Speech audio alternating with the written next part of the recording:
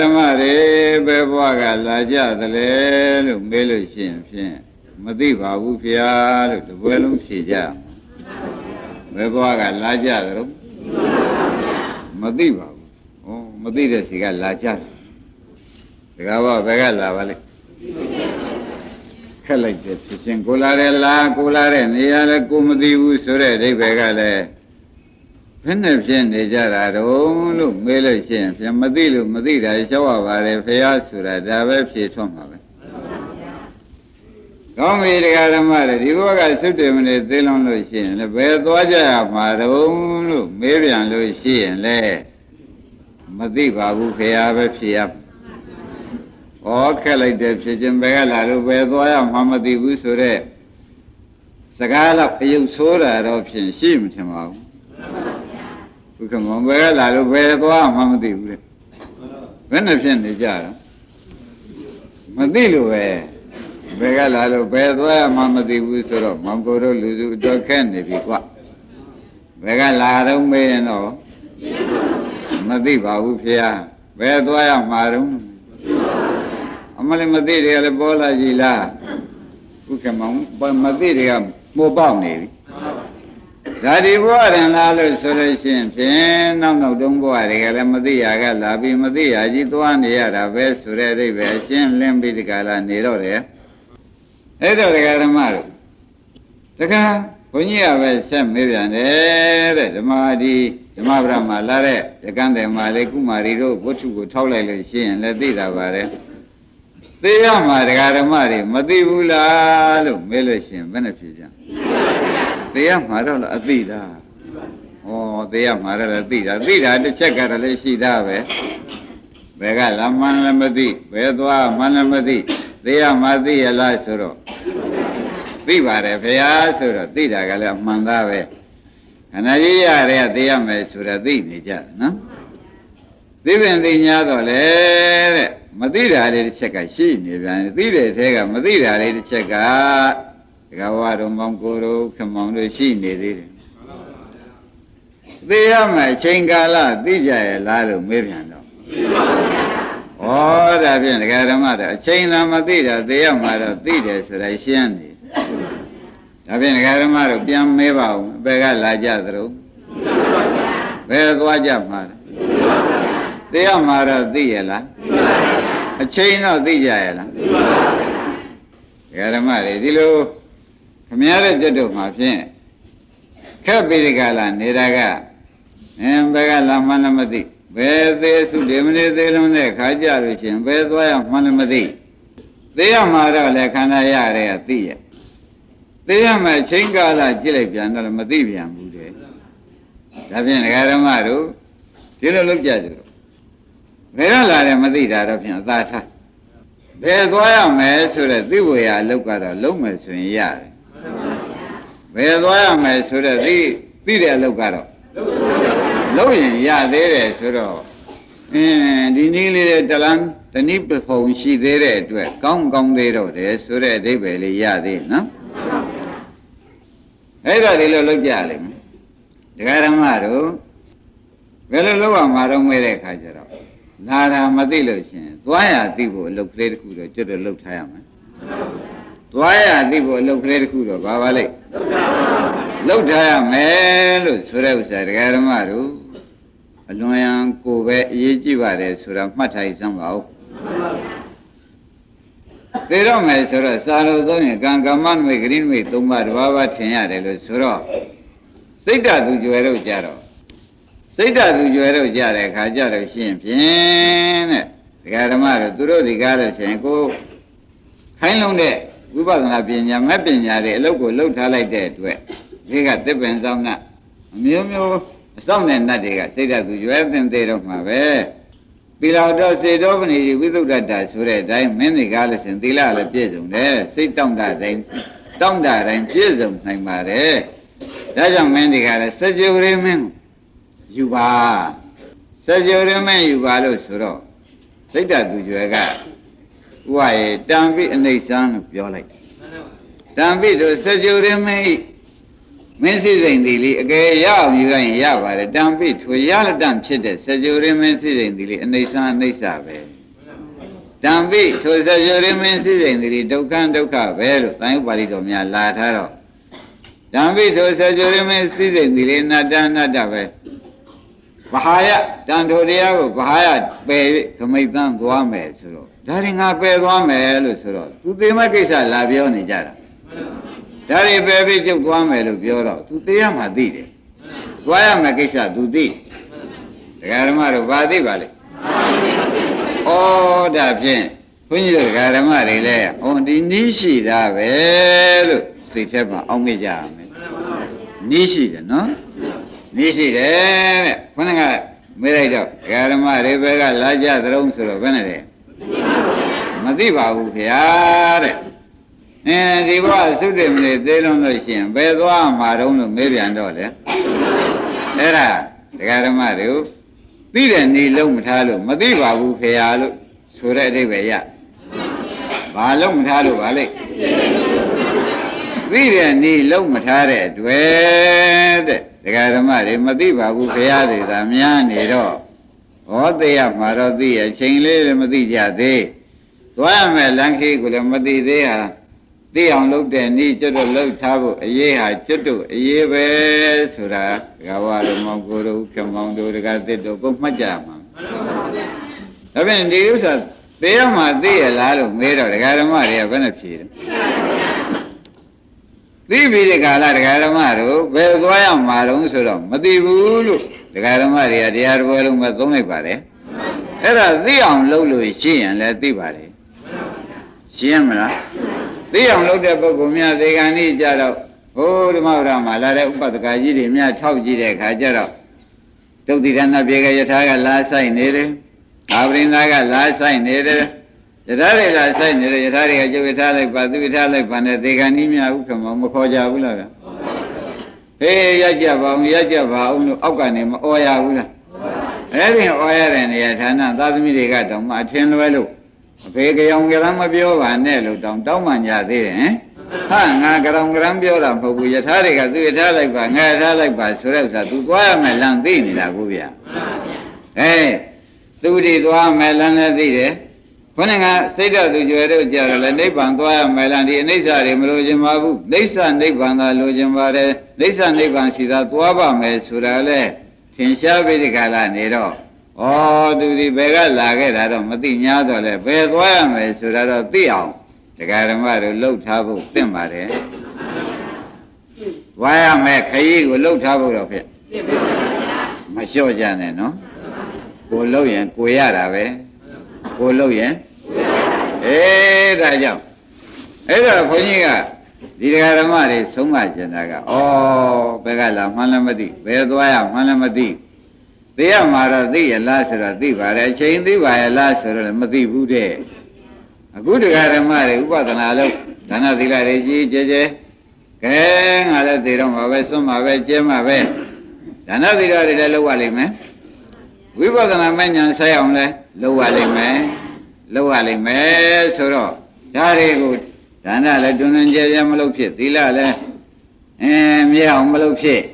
ဥပဒနာလုပ်ကြည့်ကြပြန်တော့ချိန်ရွေးပြီးဒီကလာနေတာဒီဒကာဓမ္မတို့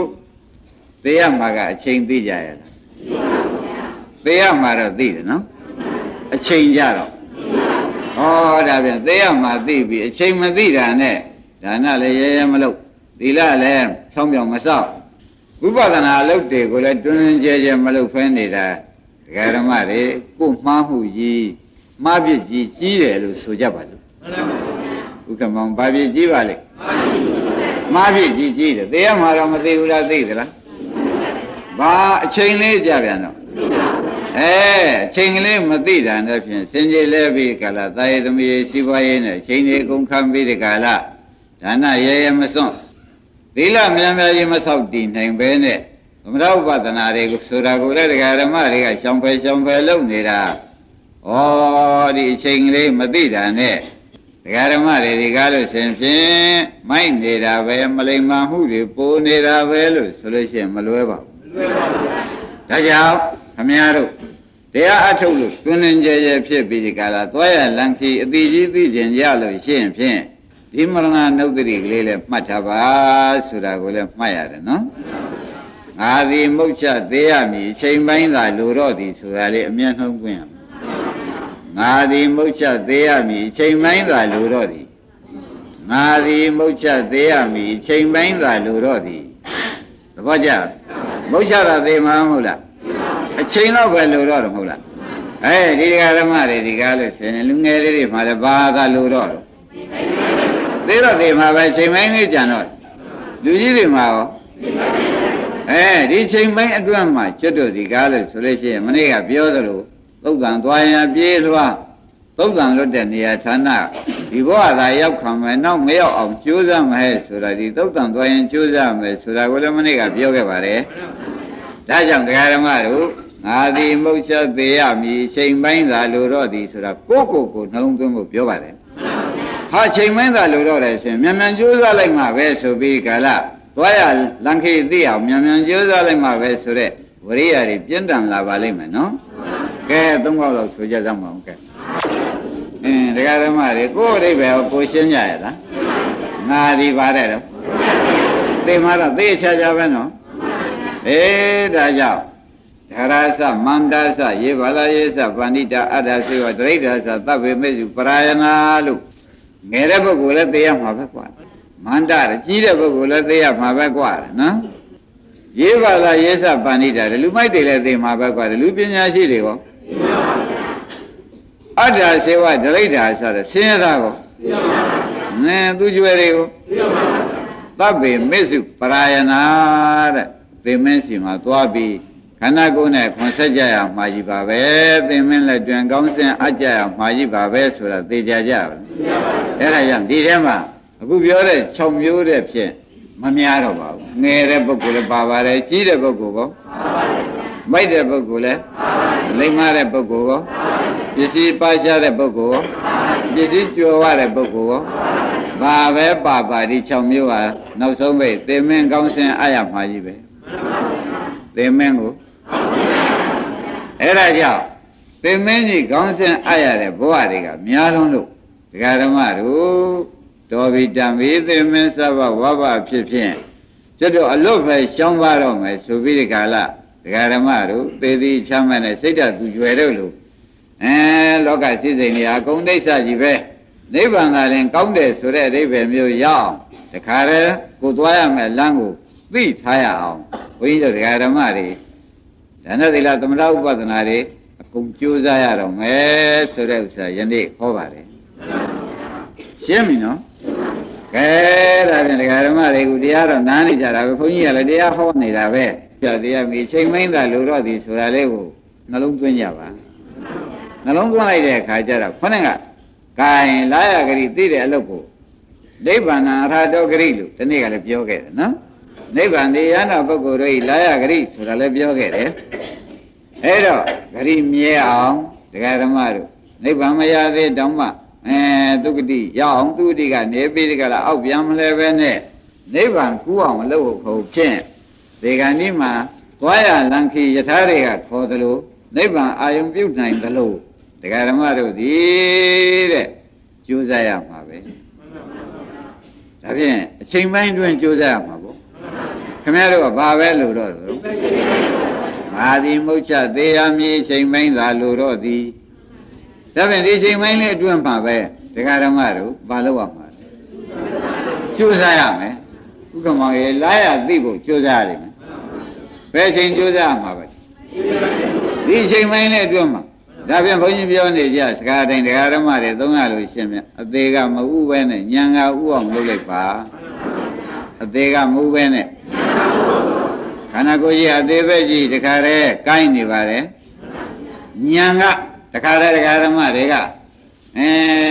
ကိုင်းတာမင်းကိုင်းတာတော့ကိုင်းတာပေါ့ကွာတခါပဲကိုင်းခါမကွာနောက်ကိုဖြင့်သင်မဲခွန်ဆက်တယ်လို့မလုပ်တော့ပါဘူးဆိုတော့မသေးမှန်ပြိနိဗ္ဗာန်ကိုဒကာဓမ္မတွေတခါတည်းမရောက်ကြိုးစားတော့မယ်ဆိုတာသဘောပါမသေးမှန်ပြိနိဗ္ဗာန်ဆိုတာရှားမဟုတ်ဘူးအထုတ်လိုက်တဲ့ခါကြလို့ရှိရင်ဖြင့်နိဗ္ဗာန်မြင်တဲ့အမြင်ရပြီးတဲ့ပုဂ္ဂိုလ်ကြလို့ရှိရင်ဖြင့်သောတာပန်အမြင်ဖြစ် ဘယ်လေးပါးနမိတ်တွေကမထင်လားလို့သူ့အတိနမိတ်တွေသာထင်လားပြီးဥက္ကမောင်ရေသွားရလမ်းခီသိပါတယ်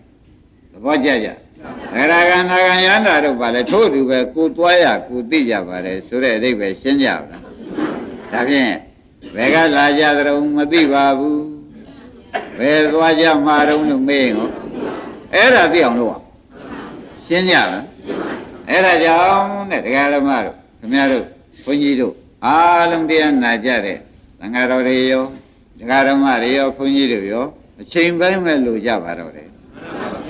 ဘာလို့ကြတော့အချိန်ပိုင်းမဲ့ဘုန်းကြီးတို့တရားဓမ္မတွေလို့ကြတော့အိမ်မှာလဲဒီဦးနဲ့တူစကားများကြပါနော်ကြောက်ကြရဖြစ်ကြတော့မယ်ဆိုလို့ရှိရင်အိုးအချိန်ပိုင်းနဲ့လို့တဲ့သေကံနီးကဒီပြောမျိုးပြောရသလားလို့ကိုယ့်ကိုယ်ကိုလည်းဆုံးမှာပါအချိန်ပိုင်းလို့တဲ့သေကံနီးတွေမဟုတ်လားဗျာအဲ့ဒါတယောက်နဲ့တယောက်ညင်မဖြစ်စေသာသမီဖြစ်စေမိမိဘနဲ့ဖြစ်စေဆွေမျိုးညာတကနဲ့ဖြစ်စေမိတ်သင်္ကနဲ့ဖြစ်စေကျန်ကျန်သာပြောမယ်ဆိုမယ်လို့ကြည့်လိုက်လို့ရှိရင်ခொနဲ့ငါဒီမဟုတ်ချသေးရမီအချိန်ပိုင်းသာလို့ဒီအချိန်ပိုင်းလို့တဲ့ဆိုတာသေကံနီးပြောတာအချိန်ပိုင်းလို့တဲ့ဆိုတာဘာပါလိမ့်ဟုတ်တဲ့သေကံနီးကတရားဓမ္မတို့ကျွတ်တော့ခမရတို့ဒီကားလို့ဆိုလို့ရှိရင်ဖြင့်လောဘဒေါသမောဟသိမ့်ပြီးဒီကာလသွားရလံခီသိဖို့ရအလုတ်တာရေးကြီးလုတ်ပါတော့အခုတရားဓမ္မတွေကဘုန်းကြီးဆုံးမကျန်တာကရှေ့ပိုင်းမှာနော်သေကံဤတွေကသေကံဝေးငဲ့နေတာခက်တယ်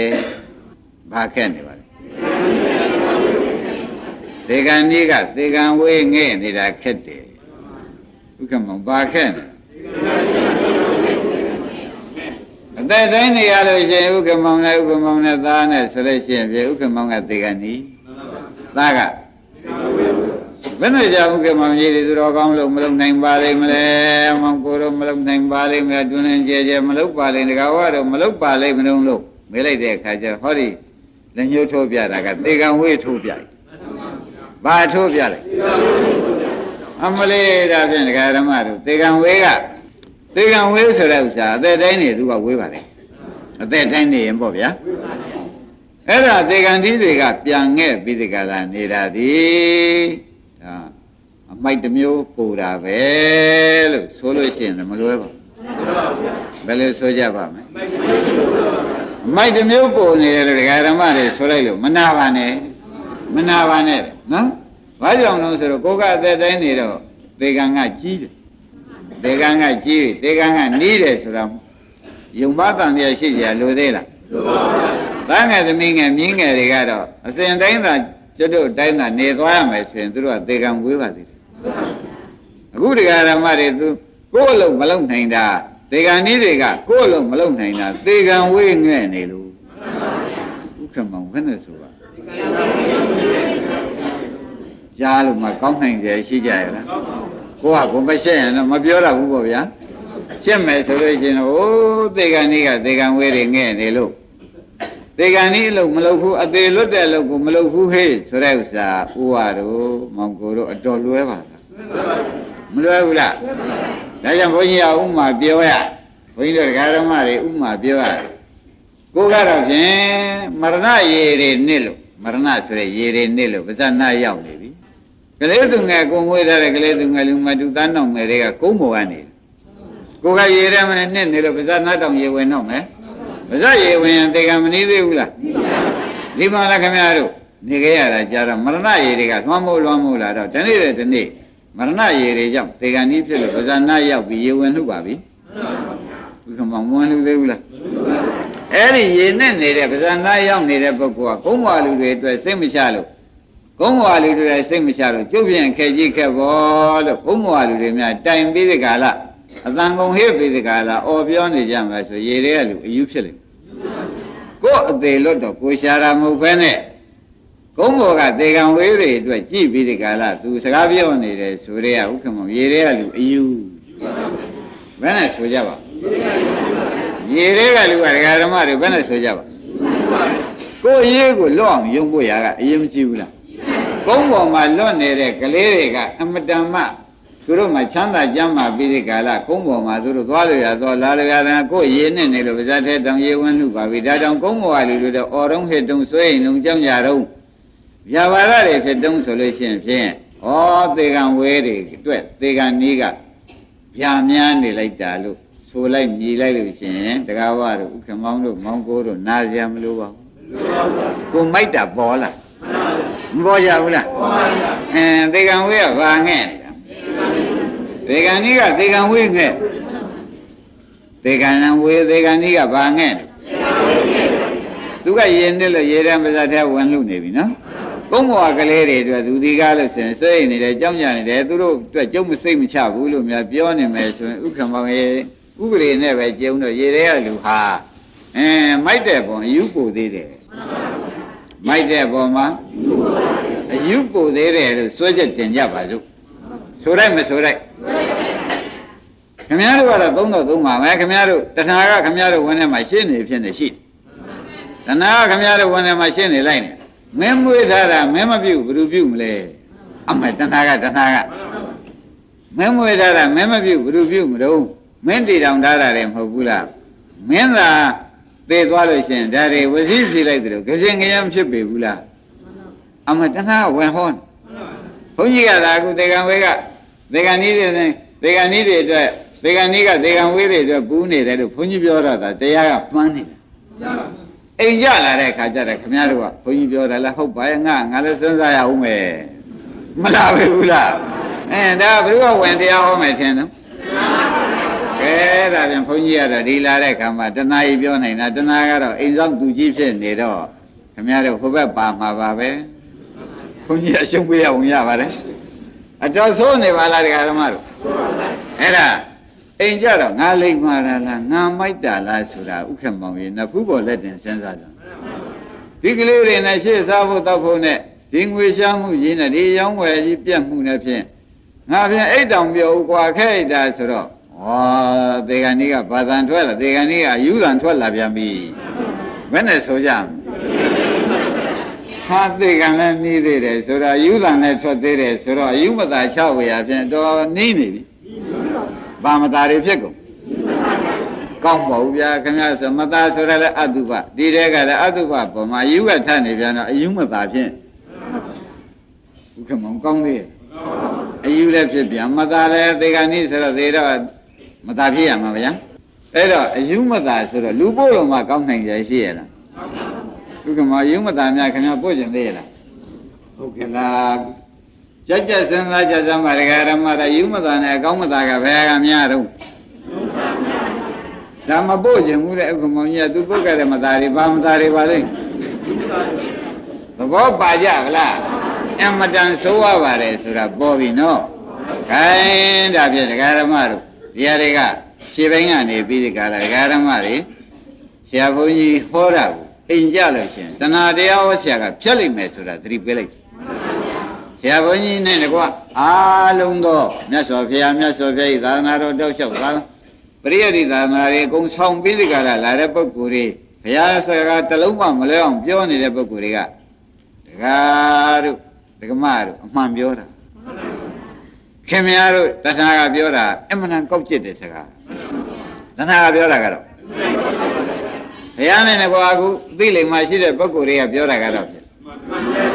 အမှန်တရားကိုအိမ်ကြလို့ရှိရင်ဖြင့်ဒီကနေပြီးလက်နဲ့ရင်တဏှာဟိုကနေအိမ်ကြချင်းနဲ့ဖြတ်လိုက်အဲ့ဒါကြက်ကြက်သတိထားစမ်းပါဖြတ်လိုက်မနော်အိမ်ရောက်တင်တဲ့ပြန်မော်ဒကာဘဝဆင်းကြမြင်သာဘဝဆင်းကြအမြင်မြင်ဆင်းနေတဲ့ပြန်တဲ့ထဲဘုရားအိတ်နေလားဘုရားကောင်းလေးသွားဆန်းလို့ဆန်းလောက်ကုန်ပြီခင်ဗျားတို့မလောက်ပဲဘူးလား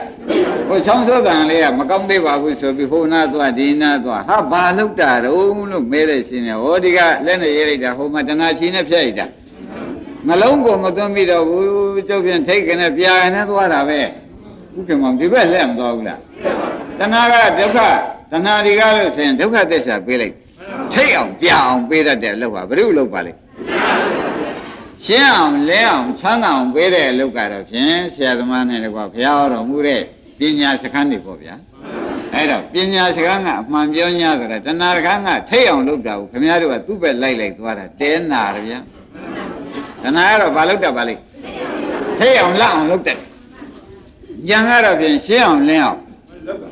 အဲ့တော့ဉာဏ်နောက်ကိုလိုက်မှမိမိတို့ချမ်းသာကြမယ်တဏှာနောက်ကိုလိုက်လို့ရှိရင်ဖြင့်အဲ့ဒါအိမ်တက်ကြလို့စဉ်းစား ယုံနဲ့အိမ်မတက်လိုက်နဲ့ဆရာဘုန်းကြီးကမှားလိုက်တယ်ညာနဲ့အိမ်မတက်တယ်တဏှာနဲ့အိမ်မတက်နဲ့တဲ့ဥက္ကမောင်ဘယ်လိုမှားပါလိမ့်ဗျာတခါတော့မှန်းတဲ့လှမ်းတဲ့စိတ်ကလေးဒီကားလို့ရှင်ဖြစ်ပြီးပြတ်တာပဲကြွတဲ့စိတ်ကလေးကိုချတဲ့စိတ်ကလေးကို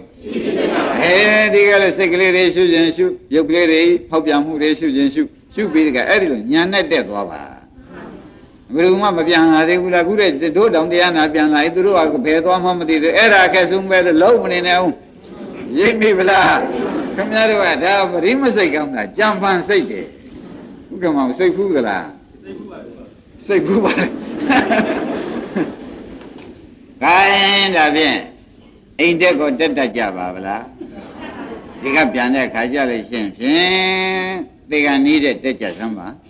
သေကံဝေးတွေအတွက်ထည့်ပြီးမစင်းစားပါနဲ့ဘယ်လိုတက်ရမလဲသေကံနီးတဲ့တက်ရမယ်သေကံနီးတဲ့ဆိုတာငါသေတော့မှမြန်မြန်လုံးမှကိုရေးကိုဆိုပြီးငါဒီဘက်ခါကလာမှသတိပဋ္ဌာန်ကိုမလွတ်တော့ဘူးဆိုပြီးသေကံနီးတဲ့တက်ကြစမ်းပါဒီတိုင်းတည်းရင်သေကံဝေးတဲ့တွတ်တဲ့အဓိပ္ပာယ်ရောက်တယ်သေကံဝေးတွေအတွက်စဉ်းစားတက်သွားလို့ရှိရင်ငါးပါးမှောက်မှာစိုးလို့ကဲဆုံးမတာဖြင့်တော်တော်သိပြီမဟုတ်လားကဲတရားဓမ္မတွေငါသည်မုတ်ချတရားမီချိန်မင်းသာလူတော့သည်ဆိုတာကိုလေညဘူးနှလုံးသွင်းပြီးတခါတည်းမြန်မြန်လုပ်ပြပါနော်ဒါတော့ကောင်းလို့မြန်မြန်လုပ်ပါ